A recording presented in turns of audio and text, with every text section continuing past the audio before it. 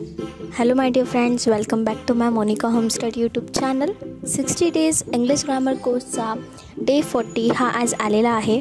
बिलकुल झिरोपासून इंग्लिश शिका अगदी फ्री फक्त आणि फक्त मोनिका होमस्टेड यूट्यूब चॅनलवर. मागच्या सेशनमध्ये आपलं डेफिनाईट आर्टिकल हे फिनिश झालेलं होतं आणि आजच्या सेशनमध्ये आपलं इनडेफिनाईट आर्टिकल हे होऊन जाईल. चला तर इनडेफिनाईट आर्टिकल्सला सुरुवात करूया. The word a and an are indefinite articles. म्हणजे ए ॲन हे दोन जे आर्टिकल्स आहे हे इनडेफिनाईट आर्टिकल्समध्ये येतात आणि द हे डेफिनाईट आर्टिकल्समध्ये येतात. ते आपण शिकलोच.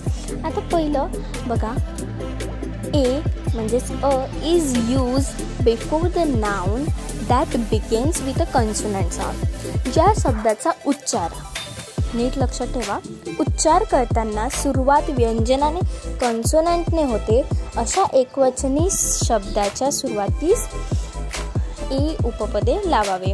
म्हणजे एक्झाम्पल बघा, give me a pencil, give me a book, this is a bag, म्हणजे एकवचनी सिंग्युलर. नोट बघा, एक्सेप्शन आहे, उपवाद आहे. A article is use before words beginning with a vowel with a consonant sound. एखाद्या शब्दाची सुरुवात A E I O U यापैकी एखाद्या स्वरांनी झाली असेल तर, परंतु त्या शब्दाचा उच्चार करताना यू किंवा य असा होत असेल तर त्या शब्दापूर्वी ए लावावे. म्हणजे जरी त्या शब्दाची वॉवेलने सुरुवात असली तरी तो कन्सोनंट साऊंड येत असेल उच्चार, तर त्याच्या आधीसुद्धा ए वापरतात. एक्झाम्पल बघा, अ युनिव्हर्सिटी. आता युनिव्हर्सिटी म्हणताना यू म्हणजे य चा उच्चार होतो, तो मराठीतला कन्सोनंट आहे, सो याच्या आधी ए वापरतात. A European, a union etcetera. I have a uniform, I saw one eyed man, a young man is standing there. Second आहे, A is use before abbreviation which begins with consonant sounds. संक्षिप्त रूपाचा ॲब्रिव्हिएशन उच्चारण जर व्यंजनांनी होत असेल तर त्यासमोर ए हे उपपदे लावावे. जसं he is a B A, he is a B D O, Raju is a C O. Degrees असतात त्याच्या आधी आपण एचा वापर करतो ॲब्रिव्हिएशन, राईट.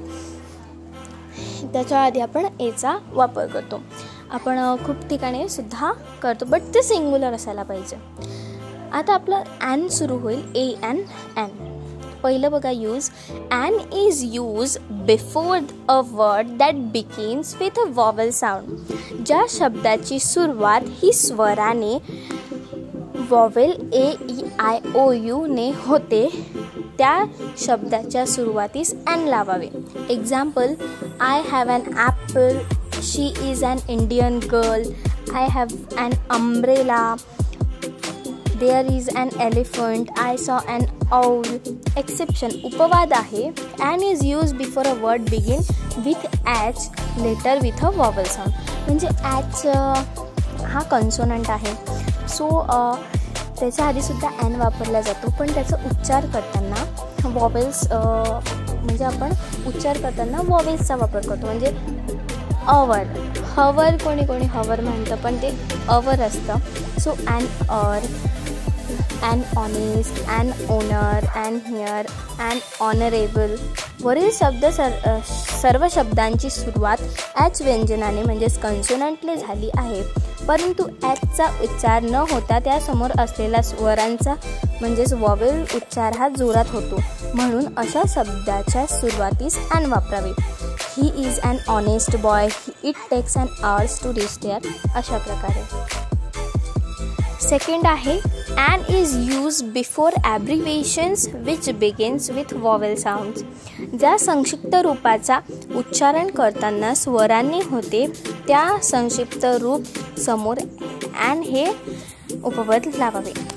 आता Pooja is an MA., Rahul is an IAS officer, Prashant is an IPS officer, Atul Bhau Deshkar is an MLA, Mahadevrao Shivankar is an MP, हे असं जे डिग्रीज असतात त्याचं जर वॉवेल म्हणजे स्वरांनी उच्चार स्वरांनी होत असेल त्याचं संक्षिप्त रूप म्हणजे त्याचं फुल फॉर्म जो असतो त्याचं स्टार्टिंग वॉवेलचं उच्चाराची असेल तर त्याच्यासमोर एन वापरतात. जसं की IAS बघा, Indian administrative service.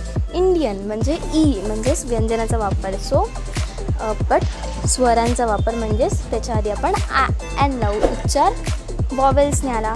Taste series द्यायला विसरू नका. व्हिडिओ आवडला असेल तर लाईक करा. बाजूला सबस्क्राईबचं बटन असेल तेही क्लिक करा आणि त्याच्या बाजूला जे बेल आयकॉन आहे तेही क्लिक करा जेणेकरून मी व्हिडिओ टाकणार आणि तुमच्या मोबाईलची घंटी अशीच वाजणार.